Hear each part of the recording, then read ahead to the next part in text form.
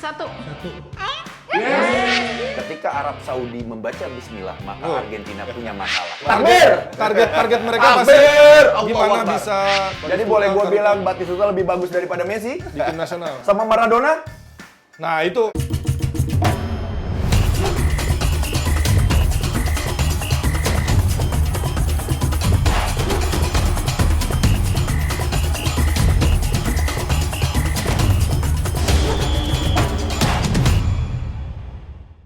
Salam Rans Sportainment, Rans Sport Enthusiast, apa kabar semua? Semoga semuanya baik-baik aja dan buat teman-teman yang jagoannya kali ini lagi sakit, mudah-mudahan di pertandingan selanjutnya bisa diberikan kesehatan. Tapi yang jelas di sini, gua Ibnu Jamilu akan membawakan Rans Sport Pildun 2022. Ya, kita akan bahas seputar data dan juga cerita-cerita menarik tentang Piala Dunia 2022. Dan gue yakin semuanya pasti udah punya cerita masing-masing, versinya masing-masing. Tapi sebelum itu gue mau ingetin, jangan lupa like, komen, dan juga subscribe channel Rans Entertainment dan juga Rans Sportainment. Itu dia. Nah, kali ini Rans Sport Pildun 2022 kita akan bercerita tentang Piala Dunia 2022 yang akan dihantarkan oleh Bung Bes dan juga Adiani. Akhirnya nih gue bisa satu frame sama mereka berdua. Gila, gue selama ini cuma bisa nonton mereka berdua doang. Apa kabar, Bung? baik dong. Apa kabar? Aduh, Bung Bang, Bung. Apa aja lah pokoknya kalau di sini bebas kan ya? John bebas ya? Bebas. Ini kalau kita ngomongin Piala Dunia 2022, banyak banget kejutan kemarin. Pasti headline-nya adalah jersey yang dipakai oleh Bang Bes. Tapi kita nggak mau bahas itu dulu. Gue mau bahas tentang Denmark dan Tunisia. Biasanya average-nya nih kemarin pertandingan sebelumnya tercipta selalu 2 gol. Tapi kali ini skornya kacamata, 0-0. Apa yang terjadi dengan Denmark dan juga Tunisia? Terserah. Oke ya, kalau kita ngeliat pertandingan kemarin Denmark lawan Tunisia, memang kita lihat defensive display dari Tunisia luar biasa banget. Jalet Kadri dia pasang langsung dari babak awal 5-4-1. Tetapi bukan hanya soal defense mereka bagus, tapi mereka nunggu juga di situ sambil melihat ada celah counter attack. Memang Denmark lebih menguasai jalannya pertandingan, tetapi kita lihat peluang-peluangnya lebih bahaya Tunisia sebenarnya, lebih hampir gol. Dan Denmark sendiri kita tahu di awal musim ini pemain-pemainnya, strikernya Damsgaard, Kasper Dolberg nggak dapat menit main banyak di klub. Jadi akhirnya ke bawah sampai ke tim nasional, nggak sharp dia, nggak dalam peak performance. Mereka bisa build up. Kita lihat Kasper Schmeichel luar biasa build up-nya, Eriksen bola dari bawah ke tengah ke depan, sampai depan mentok. Bingung mau ngapain lagi, akhirnya percobaan tembakan luar kotak penalti. Jadi akhirnya menurut gua 0-0 hasil yang fair. Kalau gua simpulin berarti deadlock ya. Deadlock. Adi, lu ngeliatnya gimana pertandingan Denmark dan juga Tunisia? Apa yang salah dari sisi skor kan nggak begitu menarik ya, tapi dari sisi pertandingan gimana ngeliatnya? Sisi pertandingan sangat menarik ya, justru skornya menipu karena kalau kita lihat Tunisia begitu positif, itu yang mengejutkan buat Denmark. Satu peluang emas padahal didapat Denmark, Cornelius di depan gawang, dia harusnya bisa lebih baik, tapi entah kenapa memang itu tadi mereka kurang sharp, mereka juga tidak start di front foot juga, entah itu menjadi satu kendala ketika ini awal pertandingan dalam sebuah turnamen yang tentunya juga pressure-nya luar biasa.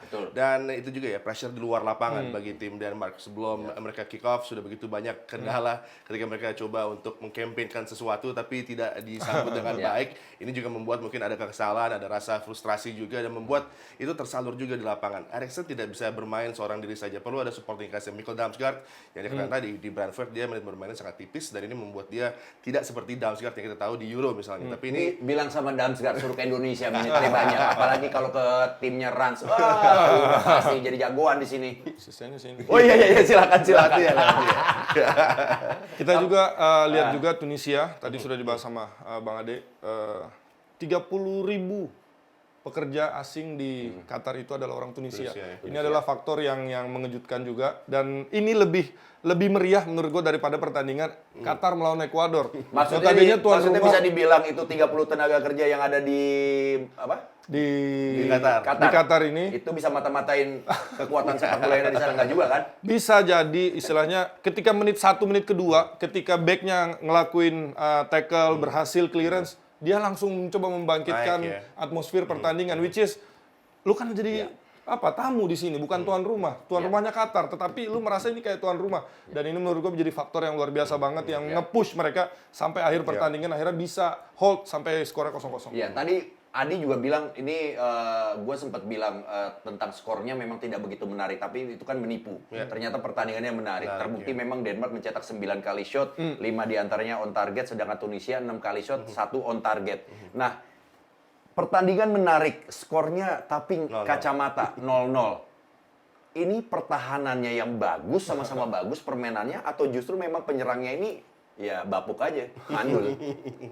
Ya emang untuk sisi penyerangan M. Sagni juga sudah menunjukkan yang terbaik. Kita melihat juga Jebali satu chance dia dengan save dari Kasper Schmeichel. Tapi untuk Denmark ini menjadi satu pertandingan awal yang tidak terlalu buruk sekali karena mereka masih memiliki 2 pertandingan lagi. Jadi grafiknya biasanya untuk tim-tim seperti Denmark mereka mulai dengan pelan, tapi kemudian di pertandingan kedua, ketiga ada progres di sana yang membuat mereka nanti juga akan tetap lolos ya untuk bisa mungkin mendampingi Prancis. Tapi tentunya Prancis juga harus hati-hati karena biasanya melawan Denmark itu adalah musuh yang kerap kali merepotkan mereka ya.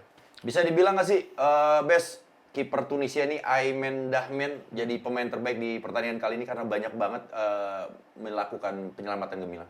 Aymen Dahmen bisa dibilang banyak melakukan penyelamatan gemilang, tetapi kita jangan lupa juga bahwa mereka udah set up 5-4-1. Jadi ketika ada shoot mungkin sudah ditutup angle-angle yang sulit, jadi dia tinggal positioning aja. Di sini gue ngelihatnya malah justru gelandangnya yang punya peran lebih. Yang nomor 14 yang man of the match, dia yang menguasai jalannya pertandingan, dia yang kontrol kapan kita naik, kapan kita mundur, dan menurut gue itu adalah defensive display yang luar biasa banget dari Tunisia. Berarti di rasa nyaman pertahanan itu nggak melulu tergantung dari kiper ya, dari gelandang pertahanan sama holding dan juga center back. Kita masuk sedikit ke klub Juventus. Yaudah, berangkat sekarang. Waktu BBC. Bonucci, Barzagli, Chiellini. Buffon udah tua banget waktu itu. Tidak banyak. Gua suka nih. Terus. Tidak banyak lakukan shaving. Shaving lagi.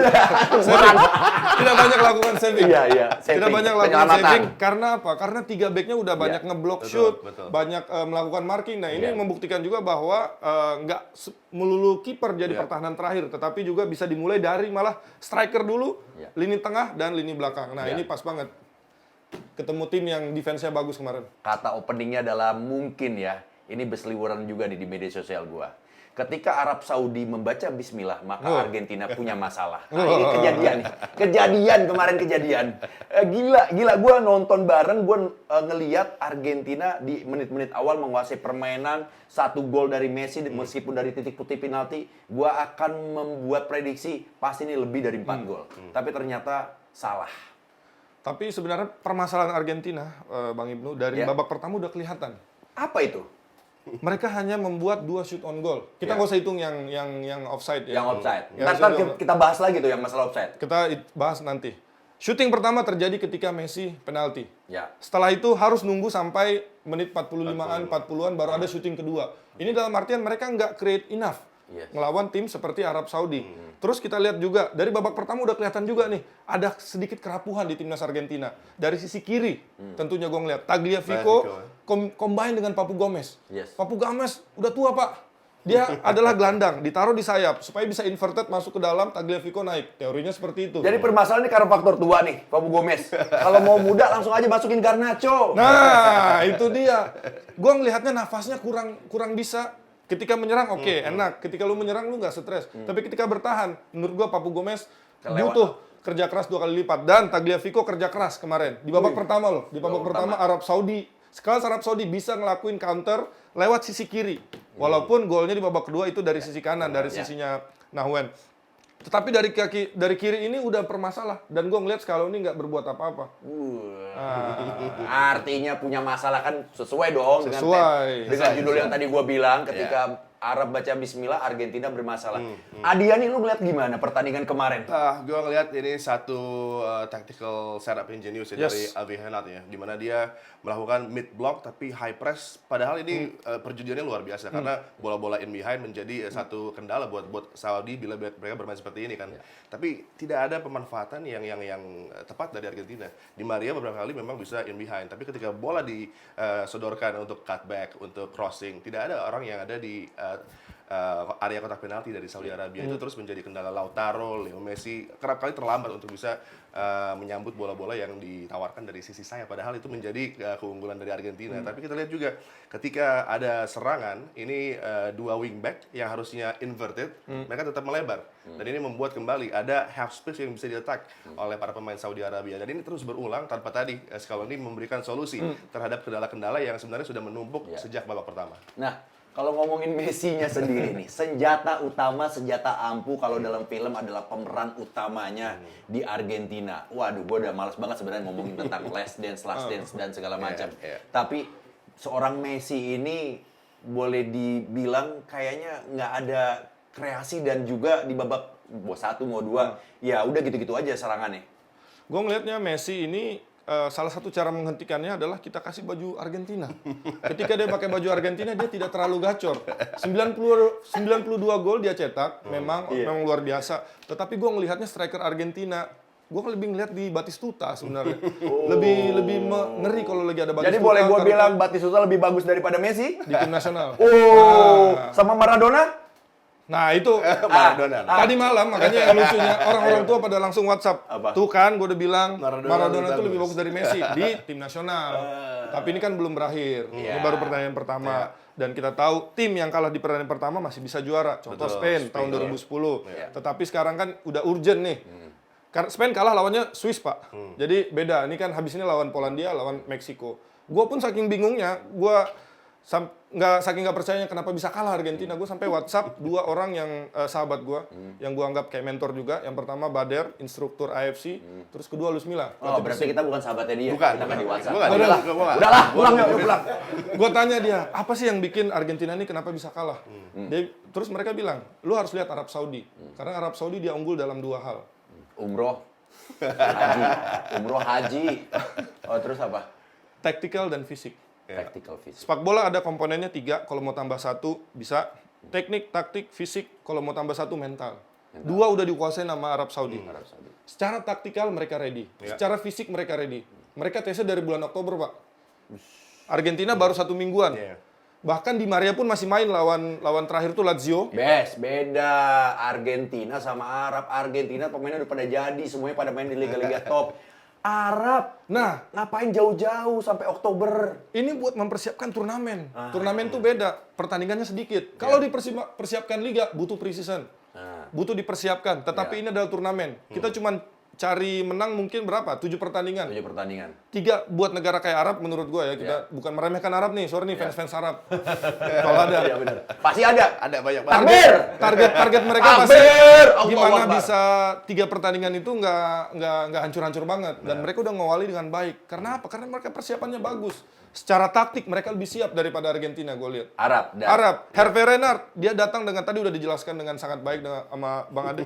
Bagaimana kita lihat mid block, terus Argentina apa responnya? Nggak ada. Babak kedua kayak masukin pemain aja, asal-asalan gitu kan. Harapan gue sebenarnya dengan pemain yang bertahan seperti itu bisa masukkan pemain yang lebih punya kreativitas dan punya kecepatan. Kreativitas Dybala, kecepatan Garnacho mungkin solusinya, tapi dia malah masukin Makanya tuh netizen gue bilang Garnacho, masukin Garnacho. Jadi di sini memang sangat wajar Saudi Arabia menang karena memang pelatihnya menurut gua lebih experience. Terus pemain mungkin Argentina lebih bagus. Tadi 4 komponen sepak bola, teknik Argentina mungkin lebih bagus, tetapi dari segi fisik, taktikal dan tambah terakhir mental luar biasa banget. Yang Tambahin nonton lagi satu lagi, celery bagus. Celery. Oh, jangan salah, celery kuah. Arab juga loh. Keuangannya. Katanya per hari berapa dapat? 50 juta katanya per hari uang sakunya. Ya kan Messi juga kerja buat Arab. Oh iya, bener. Di, lo ngeliat gimana? Sebenarnya apa sih yang jadi masalah Messi, dan kalau ngelihat dari teammate-nya Messi ini, siapa yang seharusnya lu pengen lihat untuk bisa membantu permasalahan Messi? Permasalahan Messi gue lihat mungkin karena dia sudah tidak bisa menawarkan lagi komitmen untuk pressing dari depan.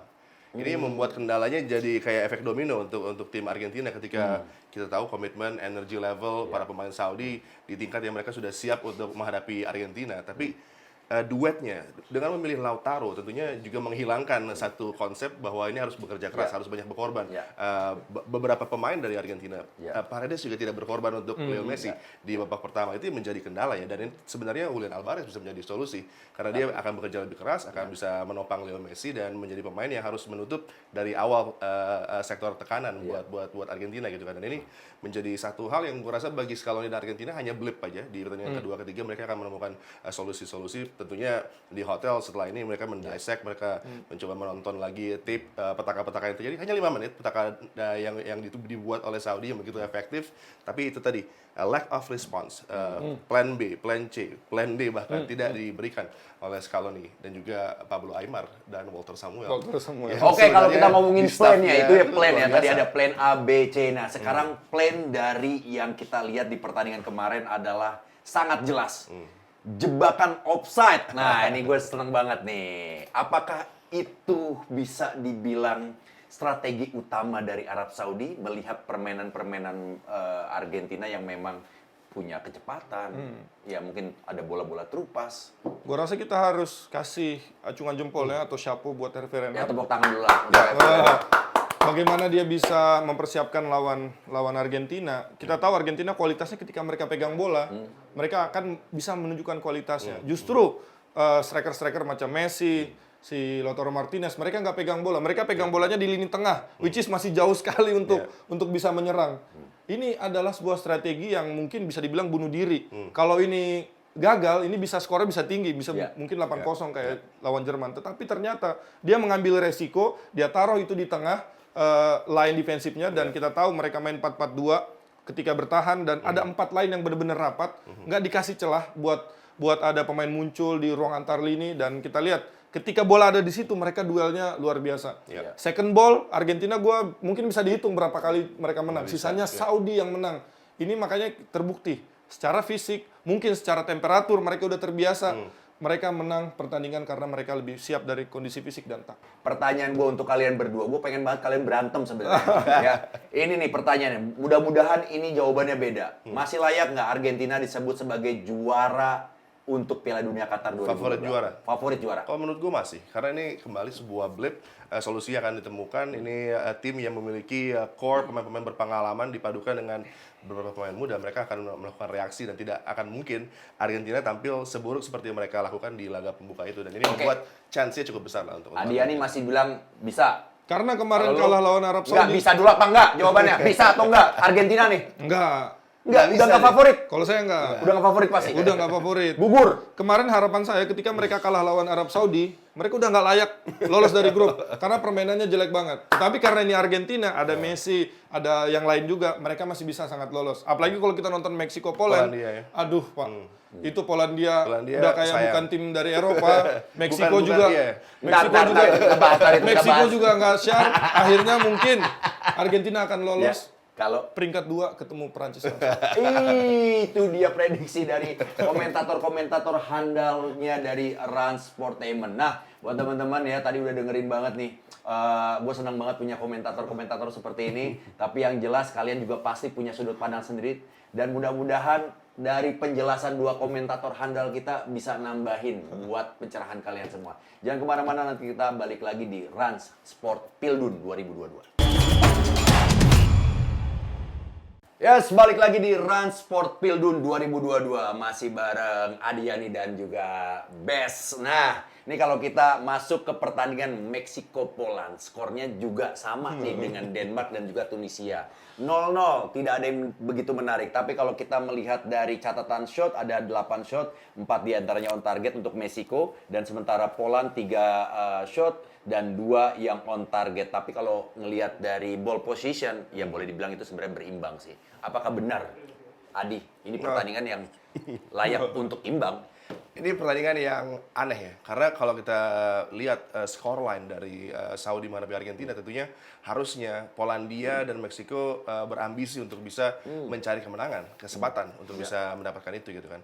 Tapi justru kalau kita lihat dari line up sebenarnya Polandia menjanjikan dengan 5 pemain yang bertipikal menyerang, terutama Zielinski yang sedang inform di Napoli, Lewandowski raja gol mereka ada di sana juga, tapi yang terjadi di lapangan ini berkat faktor pelatih kayaknya. Ketika kita tahu Paulo Sousa menjadi pelatih yang luar biasa di kualifikasi untuk Polandia, tactical yang dia berikan juga ini penyegaran buat Polandia. Mereka bermain dengan multidimensi dari lapangan tengah, juga memiliki beberapa agresi yang sangat berpotensi sebenarnya di Piala Dunia untuk bisa menampilkan hal yang berbeda ya, karena di Piala Dunia sebelumnya sangat mengecewakan, mereka underperform hingga menjadi juru kunci dan Lewandowski pun belum bisa mencetak gol. Ini harapannya sangat positif, build up-nya luar biasa untuk menuju laga menghadapi Meksiko yang sebelum pertandingan begitu banyak masalah bagi Tata Martino dari segi para pendukung yang tidak lagi percaya, L3 yang tidak lagi mendapatkan sokongan seperti biasanya dari para supporter fanatik mereka yang biasanya apapun yang terjadi dengan L3 mereka akan terus mendukung. Tapi ini ada pro dan kontra karena sejak 2019 mereka selalu kalah dari Amerika Serikat di final-final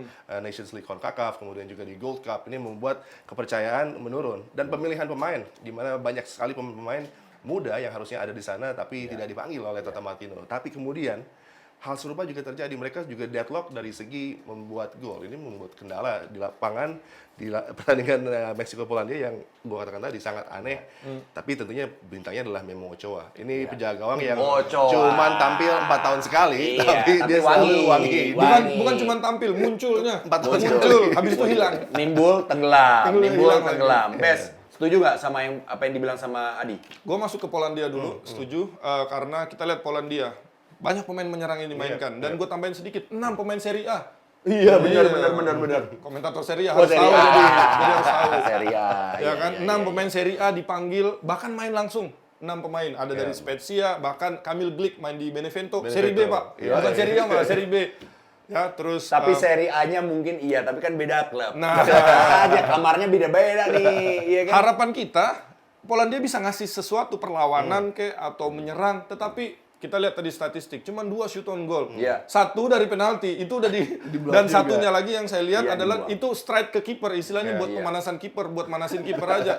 Jadi ini Polandia aduh, gimana ya, mereka mau lolos atau enggak, ya kan? Padahal harusnya bisa diambil advantage ya. Harusnya Ketika ambil Argentina advantage, yang ya. digadang-gadang ini harusnya bisa menguasai grup ini, tapi justru kalah. Nah, kalau ada yang dapat poin penuh kan, dia lebih besar peluangnya untuk lolos. Betul. Dan di sini kita lihat, pemain hebat itu apa sih? Pemain yang bisa ngangkat pemain lain. Kita lihat Lewandowski. Angkat nggak? Aduh, sangat tidak mengangkat. Dia dapat peluang untuk tembak penalti, akhirnya nggak masuk. Itu menurunkan moral, saya lihat. Menurunkan moral timnya. Nah, kalau ini yang pakai jersey ini, Lionel Messi ngangkat nggak?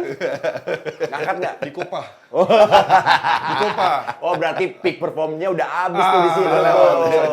Bisa jadi udah lewat. Nah, untuk masuk ke Meksiko sekarang. Meksiko struggle juga. Ya. Polandia punya striker, Meksiko nggak punya striker. punya, iya. Raul Jimenez sejak dia kejadian benturan kepala, kayaknya Belum bisa seperti dia. kayak Samson, hilang kekuatannya. Hilang kekuatannya, balik-balik jadi cadangan, masuk, udah jarang golin. Kemarin pun masuk nggak tahu, nggak ngasih apa-apa. Dan ini yang terjadi di Meksiko beberapa tahun terakhir. Bang Adi udah, sorry, gue potong. Tadi apa Meksiko nggak punya striker? ya Sedangkan- striker yang tajam, Yang seperti tajam. Lewandowski. Iya, Adanya nggak di punya striker, Polandia. Sedangkan Polandia nggak punya apa? Polandia nggak punya pemain-pemain seperti Meksiko yang Kenapa cetak. nggak merger aja? Nah, mestinya buat lawan Argentina. Itu maksud gue, kerjasama simbiosis mutualisme. 9 gol di kualifikasi yang dicetak oleh Lewandowski, 76 gol di level timnas, nggak kelihatan Nggak ada semalam. sama sekali. Ya. Terus Meksiko juga, Bang Ade juga udah bilang tadi, mereka udah sering kalah sama USA. Bukan cuma sama USA, mereka udah di belakangnya Kanada. Ada ya. Wow. Di belakangnya Kanada peringkat 1 zona CONCACAF. Iya. Ya, dan Meksiko peringkat 2 kalau nggak salah, peringkat 3-nya. Kalah selisih gol aja. Kalah selisih gol. Nah, ini sekarang jadi pertanyaan, apakah Meksiko ini masih powerhouse? Mereka yang udah sering lolos dari fase grup. Iya. Gue lihat tadi malam kurang. Karena Ada mereka gagap. ingin main cepat, tetapi cepat. Ada 2 cara meningkatkan kecepatan. Pertama, dengan kecepatan itu sendiri, dengan sprint. Kedua, dengan bola. Bolanya nggak jalan cepat tadi malam. Cuman orangnya doang yang cepat. Lozano aja yang cepat coba ngelewatin, tetapi nggak lewat. Tapi kalau ngomongin bola, bolanya dari Garut tuh. Kalau ngelihat dari hasil pertandingan pertama mereka semua, yang layak lah. Meksiko masih punya peluang untuk lolos. Kalau Polandia, gue lihat sulit ya untuk bisa keluar dari group stage. Polandia memalukan banget cara mainnya semalam. Meksiko juga so-so. Jangan salah, Polska better than Brazil. Tahun berapa tuh? Gila, pernah ngalahin. Dan sekarang statusnya adalah Arab better than Lionel Messi. Wah, Yaudah. 2022. Kalau gitu yang lolos Arab sama Argentina. Argentina peringkat 2. Wih, situ dia. Biar lawan Prancis langsung. Oke, nah kalau ngomongin Prancis nih, Prancis 4-1. Ada dua tim yang sangat meyakinkan dari sisi skor ya. Untuk putaran pertama di Piala Dunia kali ini, ada Inggris dan juga Prancis. Boleh kali bahas Inggris nih, gatel nih dikit. Langsung Prancis di Ya. 4-1. Prancis memang punya jam terbang dan juga DNA juaranya juga masih dekat sebenarnya range-nya ya. Leader Deschamps bersama dengan skuadnya meskipun tanpa Pogba, Kante, tapi kayaknya nggak ada masalah. Sempat ada masalah sedikit di awal, mereka sedikit tersentak di awal dengan Sakarus yang startnya lumayan impresif sebenarnya, tapi recovery-nya yang berbeda mungkin antara Prancis dengan Argentina. Mereka bereaksi tepat untuk bisa mengantisipasi dan memberikan solusi terhadap kendala-kendala yang diberikan oleh Australia di awal babak pembuka itu. Tapi Tchouaméni ini adalah pemain yang tugasnya tidak mudah menggantikan N'Golo Kanté, bahkan juga menggantikan Paul Pogba, karena di posisi tengah itu dia menjadi pemain yang bisa menjadi shield ya bagi para pemain bertahan, dan juga untuk membiarkan pemain-pemain seperti Rabiot untuk bisa tampil lebih agresif menopang tekanan. Kita lihat Rabiot seolah bermain begitu bebas, terlepas, dia nyaman sekali dengan adanya keyakinan bahwa di belakang dia ada Tchouaméni yang akan melakukan dirty work dan membuat pemain-pemain lawan ini bergerak ke area-area yang non efektif, dan ini membuat penampilan Perancis kemarin, terlebih mereka memiliki Kylian Mbappe yang kalaupun tidak mencetak gol pun dia sudah tampil luar biasa untuk memberikan dimensi yang benar-benar luar biasa progresif ya dari permainan sektor depan. Berarti ini bisa dibilang nggak ada Karim Benzema, Kylian Mbappe pun nggak ada masalah. Nggak ada Karim Benzema, ketika mereka juara 2018 pun nggak ada Nggak Karim ada. Benzema. Iya bener. Di Euro nggak ada, di World Cup nggak ada. Bahkan sekarang 2018 ketika mereka juara, Giroud berapa gol? Iya, Bang? bener. Nggak ada, nggak ada. Gol. Nggak Golnya ada. nol. Ada. Ini kan banyak banget netizen. Wah, Karim Benzema kemarin apalagi yang fans Real Madrid kan. Wah, ini sesuatu yang baru nih Karim Benzema nih dijual lagi nih, dibakar lagi. Jadi yang mesti kita khawatirkan adalah kehilangannya sosok N'Golo Kanté dan Paul Pogba di lini Itu tengah. lebih krusial Ya, sebenarnya ya. ya. karena setelah 2018 Brazil lagi. Prancis ini menurun performanya. Kenapa? Karena mereka coba mengadaptasi sepak bola modern. Mereka coba build up, mereka ganti formasi dari 4-2-3-1 jadi main 3. tiga ya, di belakang. Coba main 3, build up segala macam, main cantik, ingin menguasain bola, tetapi apa? End produknya nggak ada. iya. Mereka nggak berprestasi. Di Euro kemarin sosok kalah lawan Swiss. Di Nations League, oke mereka juara, tetapi come on, itu kan Nations League. Alah, come on, Fun Nations football. League. Nggak Fun penting. football. Nggak penting, nggak penting. Iya, Tapi fun tadi football. malam mereka itu balik- kalau kelas itu SFC tuh Harafi suka main tuh Senin tuh setiap Senin. Jadi mereka sekarang kembali ke 4-2-3-1, pakai Tchouaméni sebagai holding, sebagai jangkar kalau kata orang Indonesia, dan Rabiot sebagai box to box. Pemain gua nih, jadi harus di-endorse dikit. Waduh, dia 5 bawa. pertandingan terakhir selalu ada assist dan gol benar. di klub dan di tim nasional. Tadi malam bahkan gol pertama oke dia yang salah karena dia terlambat untuk nutup. Tetapi gol kedua dia golin, heading. Gol ke assist. Assistnya dari mana? Bermain ala Prancis 2018. Bermain seperti apa? Vertikal. Pressing di atas, rebut cepat. Dan kita lihat bagaimana penyelesaian seorang Olivier Giroud, oke tap in. Tetapi kan buat ada di posisi Harus itu ada di aja posisi susah. itu. Susah. Jadi harus respect dikit lah sama Olivier Giroud. Kalau ngomongin Oliver Giroud nih udah mencetak gol dan menyamai rekornya Thierry Henry. 51 gol ya. Terus Mbappe berada dalam performa terbaik, 1 gol mengkreasi gol lainnya. Ini kan 2 senjata depannya Prancis yang Prancis miliki. Giroud banyak juga pasti ya apa ya? Menurut gua pasti akan lebih banyak fansnya Benzema sih ketimbang Giroud. Orang pada takut Benzema hilang, Benzema nggak bisa main, Prancis mungkin bakal gugur di grup. Gua nggak ngelihat seperti Nggak itu. ngaruh Benzema. Karena Nggak mereka ngaruh ya? punya, karena mereka punya ya maybe the next best player in the world, Kylian Mbappe di Mbappe, situ. iya. Terus ada juga pemain termahal dunia versi Barcelona, Ousmane Dembele. Jangan lupa Pak. Iya benar. Habis nikah dia udah fit, nggak pernah cedera. Tune up. Ya itu ya buat yang belum nikah tuh, segeralah menikah. Jadi kalau kalian menikah, rezekinya dikali 2. Itu dia ya. Kendalanya Australia di sisi flank ya, di mana wingback-nya dua-duanya tidak mendapatkan backup. Mereka tidak pernah ada double cover ataupun triple. Karena itu Ousmane Dembele bisa bebas, bisa one on one, Kylian juga bisa one on one dengan Atkinson. Keadaan yang tidak nyaman untuk pertahanan Australia. Dari pertandingan semalam ya, memang sih baru baru satu pertandingan. Bisa dibilang Perancis punya peluang nggak sih untuk matahin kutukan juara bertahan? Wah, ini pertanyaan titipan netizen nih. Ya, Menurut lu gimana? minimal menurut gua semifinal. Wah, sadis. Adi, Kalau gue menganggap mungkin justru satu babak lebih cepat sih, perempat final kayaknya.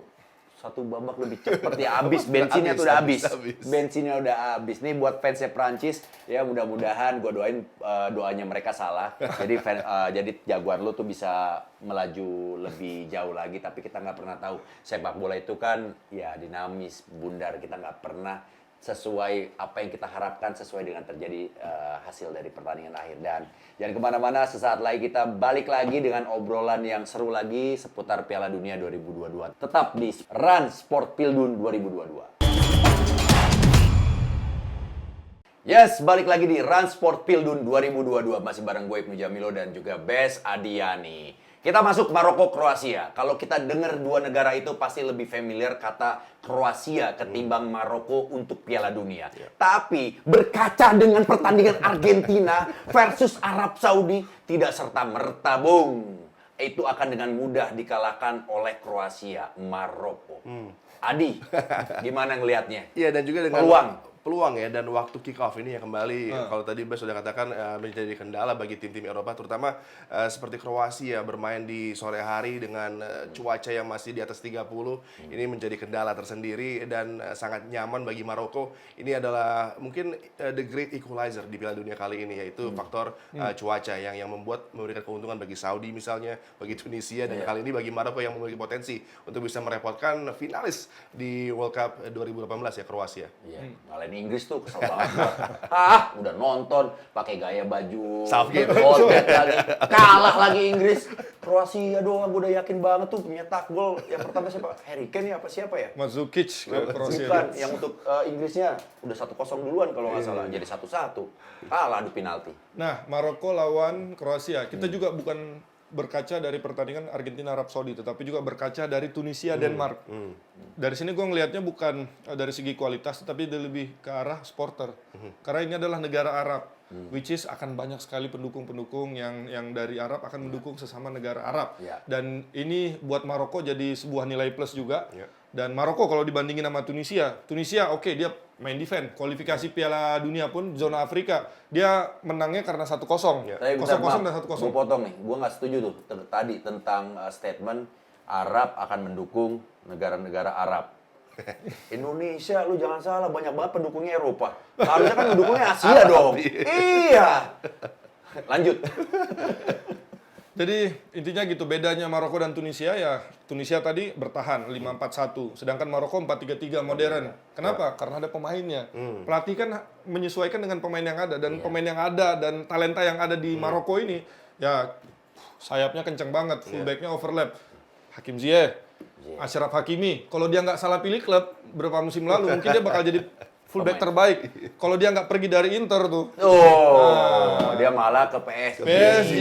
Nggak dipakai. Sistem berbeda, semuanya harus menopang trio yang di depan. Akhirnya dia nggak punya spot, nggak punya panggung, kasihan. Tetapi di tim nasional berbeda. Dia punya kayak Alphonso Davies. Dia punya peran, dia dapat peran, dia dikasih space. Hakim Ziyech, Achraf Hakimi, gue yakin bisa merepotkan Kroasia hari ini. Kroasia yang mulai menua. Kroasia yang mulai menurun. Memang ada satu proses pemudaan, tapi mungkin butuh waktu ya. Dan ini membuat mereka juga tidak lolos seperti di 2018 via playoff. Ini biasanya tim-tim yang via playoff memiliki semangat yang berbeda untuk bisa membuktikan kualitas mereka. Tadi gue setuju dengan Maroko yang punya pemain, mereka tentunya juga, tapi ini bisa menjadi justru bumerang buat mereka ya. Karena mereka punya keyakinan bisa melukai Kroasia. Bilang lo nggak setuju berarti gitu, nggak setuju nih, karena bisa jadi ada bumerang di bisa situ. jadi bumerang ya, karena mereka akan tampil dengan lebih berani ya. Ini yang membuat tentunya Kroasia akan cukup nyaman juga bermain counter attack yang mereka suka jalankan gitu. Head to head di posisi wing ini sangat menarik karena ada Mazraoui, ada Hakimi yang bisa membantu pemain attacking, dan Hakimi menarik kalau di Maroko karena dia bertipikal seorang wingback tapi startnya sangat tinggi ya. Dan dia menjadi pemain yang membuild up serangan bagi Maroko. Jadi ini satu opsi outlet yang memang sangat menarik dan terus diandalkan di pertahanan juga ada Roman Saiz, ini juga satu lagi pemain central defender yang punya pengalaman luar biasa. Dan Hakim Ziyech tadi menjadi pemain tengah dengan beberapa kemampuan yang bisa menopang juga En-Nesyri ya, pemain depan mereka. Jadi sebenarnya sangat lengkap Maroko, tapi itu tadi kalau mereka terlalu berani mengambil resiko sejak awal pertandingan, ini yang bisa menjadi keadaan yang dimanfaatkan oleh Kroasia yang punya pengalaman tadi. Peluang nih nanti malam ada yang mengejutkan nggak dari Maroko atau Kroasia? Dikit aja. Gue nggak ngeliat ada kejutan sih. Kroasia akan unggul tipis lah 1-2. 1-2. Gue rasa akan sama dengan Tunisia, Denmark. Mungkin berimbang. 0-0. Berimbang. Ada gol. Ada gol.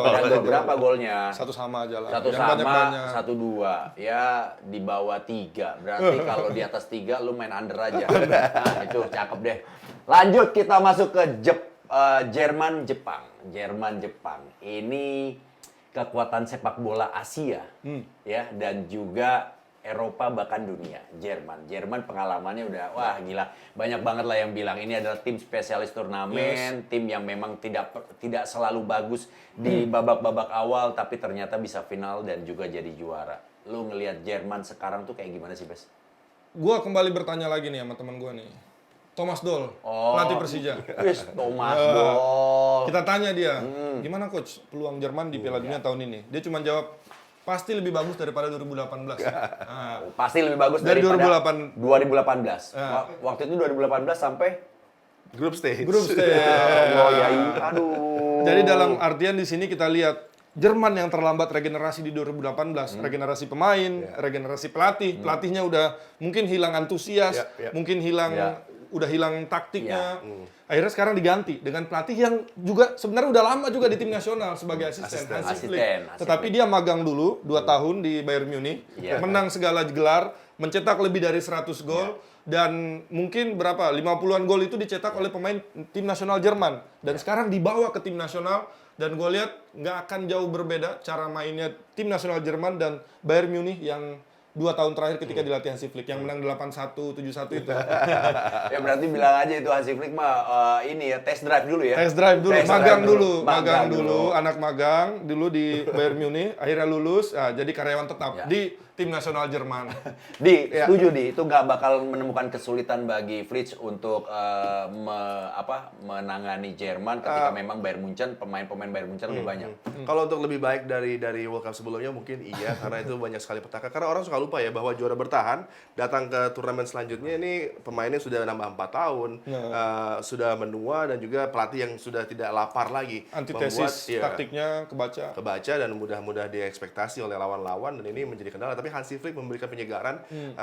Kendalanya adalah pemain yang paling berpengaruh untuk dia, Leroy Sané kembali cedera. Ini satu kendala yang mungkin akan sedikit mengganggu kelancaran tactical offense terutama ya dari Jerman. Tapi kalau kita melihat Jamal Musiala menjadi opsi berikutnya yang juga kualitasnya luar biasa. Kalau Thomas Müller fit, dia akan menjadi penopang yang tepat ya bagi Jamal Musiala dan kita melihat Serge Gnabry bisa menjadi opsi menggantikan Leroy Sané. Nah, ini kemungkinan juga yang akan diturunkan oleh Jepang 4-2-3-1. Takuma Asano, lalu juga ada Doan, ada Minamino, ada Mitoma. Nih ngomong Minamino aja deh nih, gua menarik banget itu. Minamino di klub tidak seperti Minamino di tim nasional. Kenapa begitu? Karena di klub dia main dengan formasi yang berbeda. Ya. Di tim nasional juga beda. Di tim nasional dia lebih cocok di tim nasional gua ngelihatnya. Kita lihat di Liverpool, gagal total dia di Liverpool. Walaupun Liverpoolnya juara, ada dapat piala, tetapi dia jarang main karena formasinya berbeda. Tetapi ketika main di timnas Jepang, mereka main dengan 4-2-3-1, dia main jadi nomor 10. Iya. Kenapa gagal total Minamino di Liverpool? Nggak gagal total karena dia ketika ditampilkan selalu memberikan satu opsi yang berbeda buat Liverpool ya. Dan juga gol-golnya di cup matches terutama ini menjadi kunci juga bagi Tapi Liverpool. nggak diperpanjang, akhirnya pindah. Tapi nggak diperpanjang, akhirnya pindah dan menjadi bumerang juga buat squad akhirnya Liverpool. malah nggak jadi main. Iya. Aduh. Di Monaco jarang main juga. Nah, kalau ngomongin pemain-pemain Jepang kan dihiasi juga wajah-wajah yang memang sering berlaga di top Liga Eropa. Premier Itu League, ada Tomiyasu, ada Minamino, Yoshida, ada Takefuso Kubo. Banyak juga loh yang berlaga di Bundesliga. Takeshi, Jepang ini adalah Jermannya Asia. Ya. Kenapa? Karena mereka disiplin. Ya. Orang Jerman suka pemain yang disiplin, nurut, bisa menjalankan perintah, dan Jepang nggak perlu diajarin itu semua. Mereka udah ada culture, budayanya. Makanya banyak yang cocok. Dan salah satu pemain yang mungkin belum disebutkan, yang menurut gue bisa jadi highlight Piala Dunia tim nasional Jepang, Daichi Kamada. Eintracht Frankfurt. Kecil orangnya, tetapi dia bisa ngalirin bola. Nanti kita tunggu ya Daichi Kamada, Daichi Kamada, lo sama tandai. Mitoma. Mitoma. Yang di Brighton. Sebenarnya ada juga Takefushi Kubo. Karena dia udah pernah ke Indonesia. U19 AFC dia ke sini, FC Tokyo udah ke sini. Lalu Dia bagaimana dengan Kobayashi dan juga Kapten Tsubasa? Jepang sendiri datang ke Piala Dunia bawa 26 pemain. 20 pemain main di Eropa semua. Nah. Dan bukan pemain titipan. Ya. Karena semuanya main. Main semua. Itu di Frankfurt, di Celtic. Dan 6 pemain yang dipanggil dari Liga Jepang itu pernah main di Eropa. Europe, ya. Nagatomo, Eiji Kamada. Dan gua rasa ini akan jadi pembeda bagaimana Jepang dan tim Asia lain bahwa ini adalah rasa Eropa. Ya. Jepang rasa Eropa. Tapi harusnya Jepang nih termotivasi dari hasil pertandingan balik lagi. Arab Saudi dengan Argentina. Mereka wakil Asia yang tidak dijagokan. Sekarang Jepang yang banyak orang juga lebih mengutamakan atau lebih mengunggulkan dari sisi wakil Asia ya ketimbang Arab Saudi. Gue yakin lu pasti setuju dengan hal itu. Jepang dan Korsel pasti lebih unggul dari sisi perwakilan Asia ketimbang Arab Saudi. Tapi Arab Saudi bisa berbicara lebih banyak. Mungkin Arab Saudi unggulnya dari segi pelatih. Betul. Jepang Moriyasu yang menurut gua ya sosok lah pengalamannya di Liga Jepang. Hervé Renard dia udah kemana-mana. Terus mungkin Kroasia juga Korea Selatan lebih unggul karena pelatihnya juga dari Portugal dan ini mungkin jadi pembeda. Dan Arab Saudi mungkin bonusnya juga gedean daripada Jepang. Ini seru banget memang bahas grupnya, grup neraka. Karena memang punya nama-nama yang sangat familiar dan juga nama besar. Ada Jerman dan juga Spanyol. Kita masuk ke Spanyol dan juga Costa Rica. Nah, Spanyol ini belum menemukan generasi terbaik mereka sejak mereka menguasai di era 2008 dan juga 2012. Bener atau enggak? Setuju atau enggak? Ayo. Enggak setuju lah, ayo dong sekali-kali. Enggak setuju, kenapa? Karena di dunia kepelatihan, di tempat kita sekolah pelatih itu, taktik yang sama tidak akan berfungsi digunakan di turnamen yang berbeda. Jadi kalau lu kolomnya beda nih kolomnya. Ya, jadi kalau lu menang di 2010 dengan tiki taka, lu pakai lagi 2014 tiki taka, mungkin nggak akan bisa. Lu paksakan lagi 2018. Spanyol melawan Rusia. Kiri kanan terus sampai adu penalti akhirnya kalah. Ya kan, dan gue lihat Spanyol sudah mulai berubah. Sudah makin dewasa, sudah mulai mengadopsi sepak bola lebih modern, lebih vertikal. Itu dibuktikan dengan Euro kemarin. Ya kan? Lawan Italia menurut gua Spanyol lebih bagus. Cuman kurang beruntung aja karena Italia lebih siap secara mental di adu penalti. Tetapi dari segi permainan sebenarnya Spanyol lebih layak untuk lolos ke final ya waktu itu ke final. Dan ini dibuktikan juga dengan mereka masuk final di Nations League, Fan Football tadi. Dan ketika ini faktor yang lain menentuin Bang Ibnu. Ketika Spanyol juara di 2010, dia bawa 8 pemain Barcelona. Dan sekarang dia bawa 8 pemain Barcelona walaupun nama-namanya masih kurang familiar, banyak pemain muda, tetapi mungkin jinx-nya bisa hilang di situ. Lagi-lagi gue tanya teman gue, Luis Milla, Spanyol. Gila temen-temennya berat-berat banget, Bes. Udahlah, gue gak mau temenan sama Bes lah. Spanyol sampai kemana di Piala Dunia? Piala Dunia kali ini. Semifinal. Adi, nih kalau kita ngomongin lini serang Spanyol, bisa dibilang mereka tuh sebenarnya belum menemukan sosok striker yang punya karakter kuat seperti Raul atau juga Morientes, David Villa atau Torres. Sekarang ini Morata mau kagak terserah main dah yang penting. Main. Tapi itu yang menjadi mungkin optical illusion yang coba ditampilkan oleh Luis Enrique. Dia katakan tidak ada approach Spanyol nanti di laga pembuka dengan false nine karena mereka punya focal point di depan, mereka punya Morata. Tapi bagaimana struktur dari supporting cast-nya ini benar-benar begitu cair, mereka bisa interchange dengan nyaman. Ansu Fati, Gavi, Pedri, ada juga Ferran Torres. Ini menjadi alternatif-alternatif yang menakutkan dari lini kedua justru, yang akan memberikan potensi ancaman-ancaman bagi lawan mereka Costa Rica. Dan gue melihat ada satu perbedaan yang juga mungkin menjadi hal yang bisa menguntungkan buat Spanyol ketika tidak lagi ada beban bahwa mereka dikatakan sebagai tim yang tiki taka tadi, tim yang dengan hanya satu dimensi bermain seperti itu saja, tapi ada variasi. Unai Simon juga penjaga gawang yang begitu baik dari distribusinya, dan ini tentunya menjadi keuntungan buat Spanyol menghadapi laga pembuka menghadapi Costa Rica ya. Nah, kita lihat dulu nih formasi Costa Rica? Costa Rica nih 4-2-3-1 yang coba ya kalau gue bilang sih coba-coba jajal kekuatan sepak bola Spanyol ya. Ini Ada Campbell, ada Ruiz, ada Zamora, Wilson, Lopez, Hernandez, Martinez, Kakun, Duarte, ini Oviedo. mengingatkan kita akan Costa Rica 2014. Sama persis, Pak. Paling nggak 3 pemain. Brian Ruiz, Campbell, sama Navas. Potensinya kayak gimana? Ada kalau Oscar Duarte juga tuh. Duarte tuh, iya. Jadi Costa Rica selalu bisa mengejutkannya dengan bermain compact, serangan balik. Dan kalau cocok banget nih lawan tim yang penguasaan bola. Ya. Kita pengen menguasain bola, tentu kita akan coba main, passing, terus line defensif pasti tinggi. Ketika bola hilang, nah ini adalah kesempatan dari Costa Rica untuk serangan balik. Tetapi itu dulu menurut gua 2014. Ketika Brian Ruiz masih umur 30-an awal, Joel Campbell, bagaimana Italia bisa keluar dari grup waktu itu 2014 itu karena orang-orang itu, Keylor Navas pun ya sekarang mungkin banyakkan latihan daripada mainnya. Caps latihannya lebih banyak. Jadi gaji buta dong ya. jadi agak sedikit menurun lah menurut gua sepak bola Kroasia sekarang, tetapi karena Costa Rica. Kroasia juga Pak. Iya. Costa Rica, tetapi karena mereka masuk Piala Dunia lewat jalur CONCACAF, jadi ya oke lah enteng. Enteng ya. Seenteng apa nanti Spanyol? Atau malah justru menemukan pertandingan yang cukup alot? Gak enteng-enteng banget karena Costa Rica sudah expect akan bermain tanpa bola lebih banyak. Ini yang membuat mereka akan lebih compact defense, coba mematikan kreativitas dari lapangan tengah.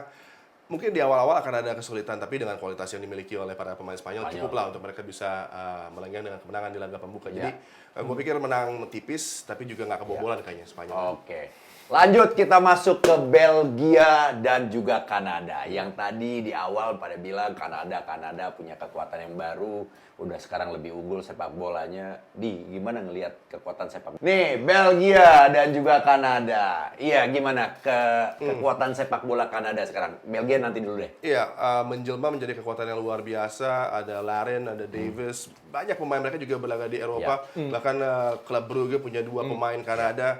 Jadi memang mereka ditaruh di Eropa untuk bisa menjadi pemain-pemain kunci juga, bukan hanya dipajang aja gitu. Jadi ini yang menarik karena mereka juga punya ambisi nanti ketika menjadi host di Piala Dunia setelah ini mereka tidak ingin tampil mengecewakan juga. Ini satu pijakan awal, satu keadaan di mana mereka berupaya untuk bisa membuat tim ini nyaman bermain di turnamen lagi karena mereka begitu lama tidak berlaga di ajang seperti Piala Dunia, dan memang mereka saatnya ini untuk bisa memberikan kejutan ya. Pelatih mereka sudah siap, timnya pun bermain sesuai dengan arahan, mengejutkan di CONCACAF karena mampu unggul dari Amerika Serikat, dari Costa Rica, dari Meksiko bahkan, dan ini membuat mereka punya percaya diri menghadapi Belgia yang sama dengan Kroasia udah mulai menurun.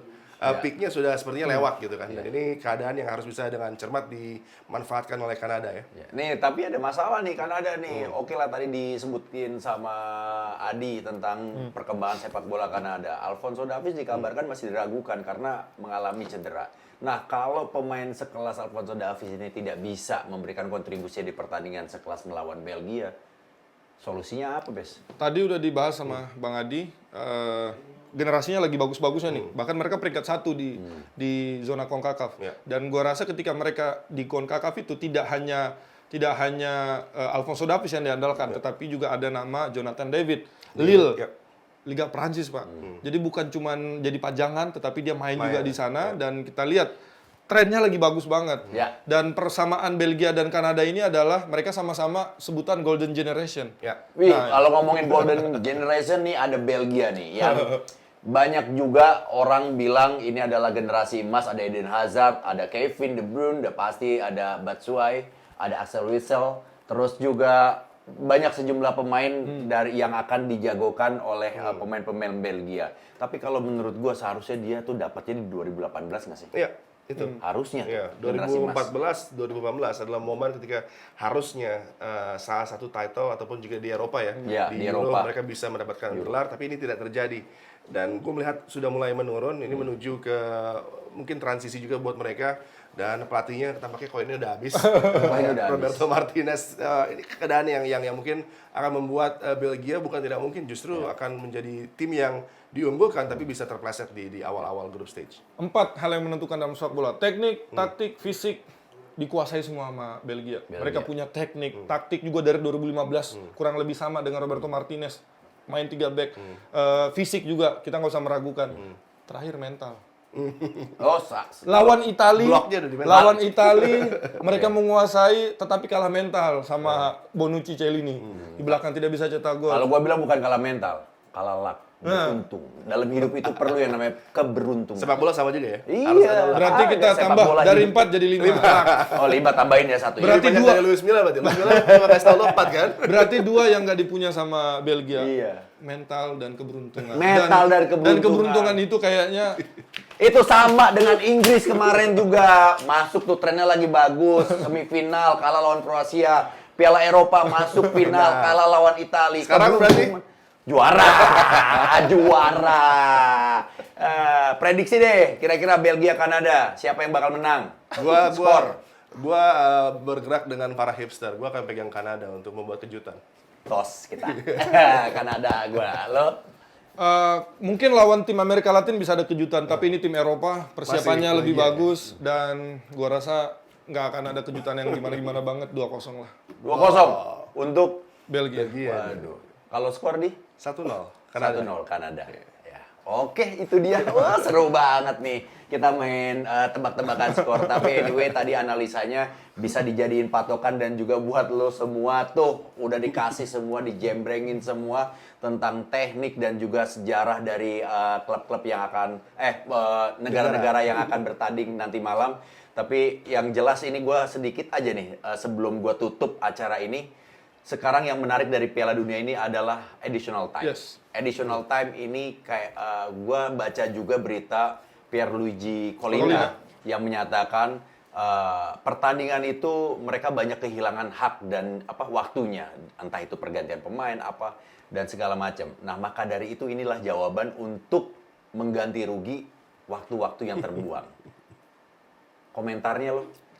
Ini baru loh ini. Sebagai seorang pelatih ya, kita expect-nya tuh 4-5 menit Yes. perpanjangan waktu. Yeah. Tetapi sekarang udah 15, 10. 15. Gua rasa 14. Oh iya, 14. Gua rasa ini akan ada tactical baru, tactical change dari seorang pelatih ketika ada 10-15 menit pertambahan waktu.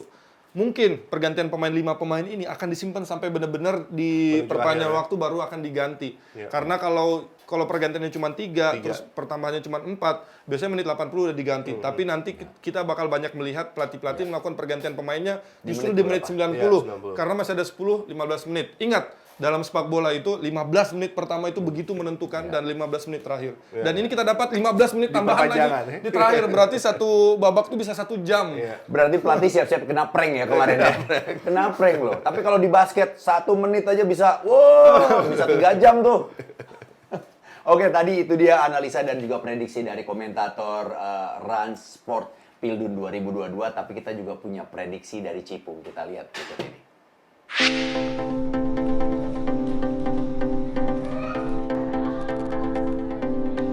Satu ambilnya.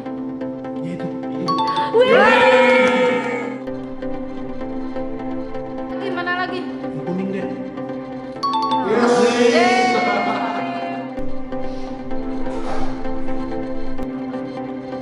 Satu ambil.